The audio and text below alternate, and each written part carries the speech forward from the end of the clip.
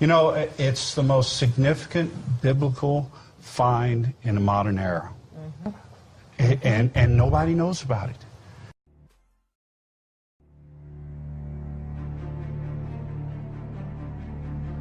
There's a mystery being revealed today. Yet forces stand against its discovery. Why would they try to hide new evidence of the Exodus? For over 20 years, these explorers have risked their lives to uncover the mystery of the Exodus.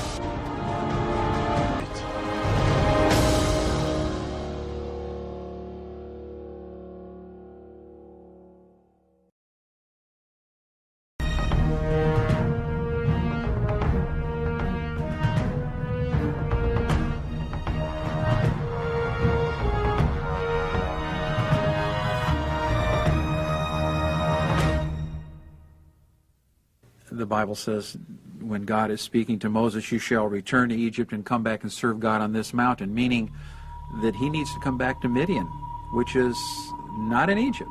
Tradition is a powerful thing. And once you start fooling with tradition, even if it's legitimate evidence, it is very, very difficult for people to let go of that. Without the official invitation from a Saudi citizen, obtaining entry visas proves to be impossible. Well, it is difficult to get into Saudi Arabia. You just don't go there. We had to manufacture a way to get into the country. I was warned by Jim Irwin that this would be very dangerous. And he gave me the illustration of when he was going to the moon, they shut the door. He said it was like a dungeon door closing. He said at that moment, it was no turning back. You are going. And the chances of death are there. And I knew that going. Another friend that I met, a Greek fellow, said, well, I think I know how to get you in, Larry. I have a letter from the king of Saudi Arabia, and we'll take his signature, and we'll put it on his letterhead, which I have, and we'll change the fax machine on my fax to read his fax number, and we'll put the time at the time in Riyadh, and we're going to fax this letter to the embassy here in London. And it basically, the letter is going to say, this is from the king, and I want these guys in a hurry. Get them in. So we faxed it to the Saudi embassy about, I don't know, maybe 8 blocks away. And sure enough, we got in a real quick time period. The king carries a lot of weight there. Bob was more than uncomfortable with it. It bothered him a great deal. I think to this day it probably still does. Bob and I come from 2 different views on this. He has a lot stronger religious beliefs and feelings than I do about things, and I'm kind of like, oh, the doubting Thomas of all this stuff. And to me, it was just a question of how do you get in. When they closed that door on that Saudi airliner, we were going, and there was no turning back.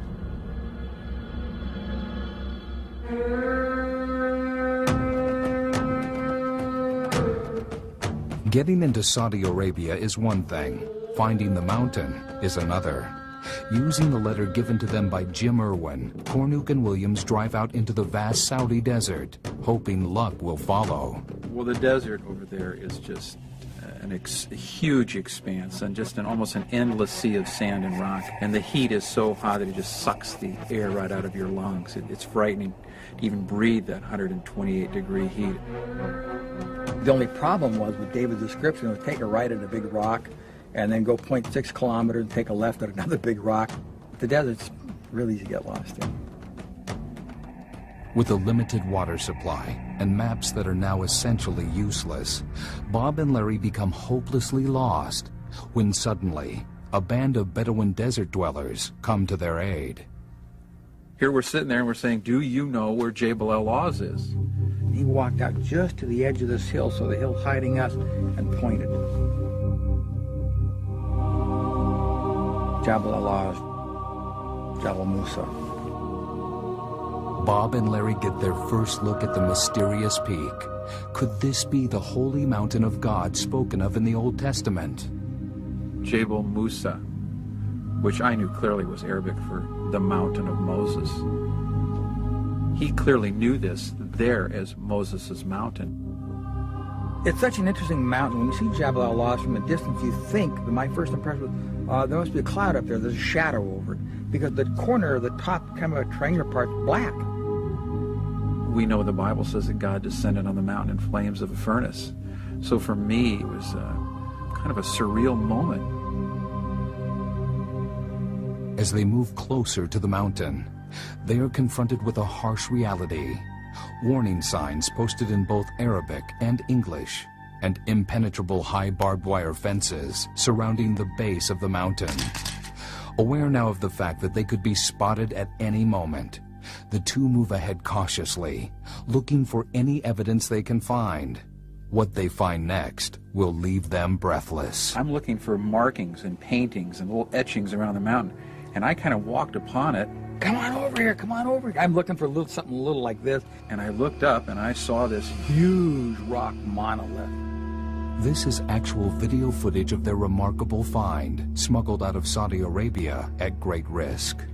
Well, the altar is obviously man-made. It's immense. It would have taken hundreds of men or thousands of men to erect. And so this wasn't a band of nomads that erected this. And this altar site is out in the middle of a huge, flat, arid field.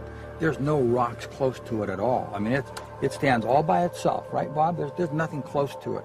So the rocks didn't just grow there. They came from some place. Bob and Larry move in closer to examine mysterious petroglyphs on the side of the altar, instantly recognizing their similarity to the ancient Egyptian deities Apis and Hathor. I figured that if this was Mount Sinai, this had to be the altar where they made the golden calf.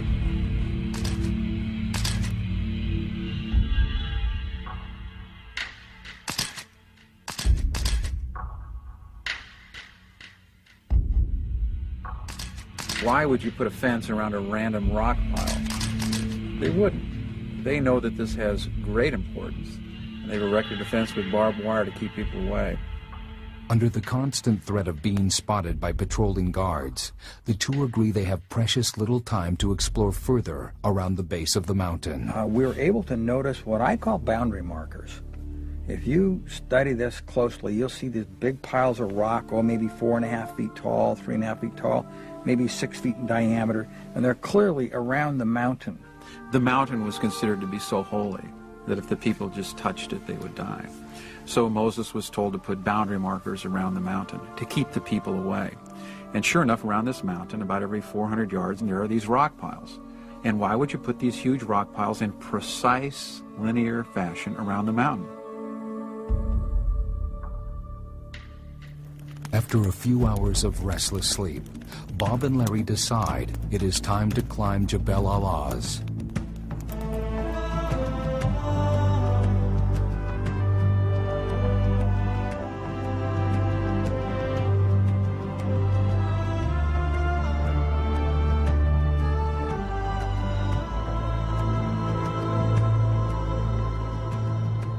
Crested the top of the knoll, and were welcomed by an incredible sunrise. The sunrise is just awe-inspiring. But when we get up there, the rocks are clearly black, just like a chalkboard black on the outside, and you break the rocks open and they're not black on the inside.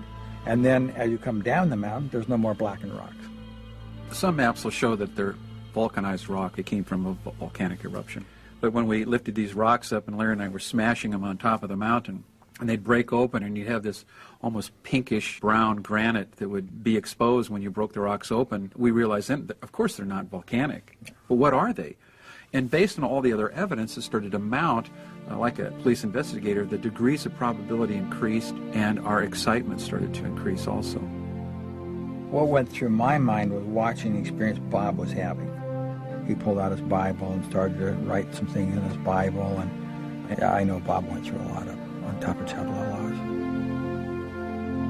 We thought that we might be standing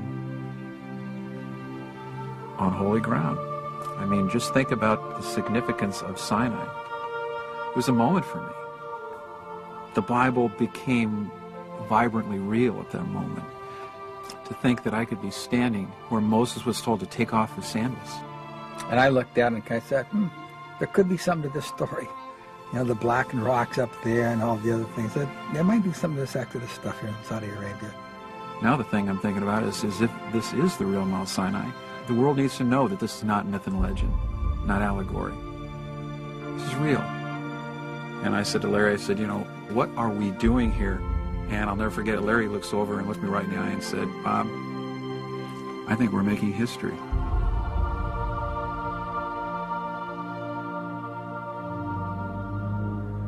With darkness approaching, the two use night vision goggles to find their way. As they descend, they come upon an amazing sight.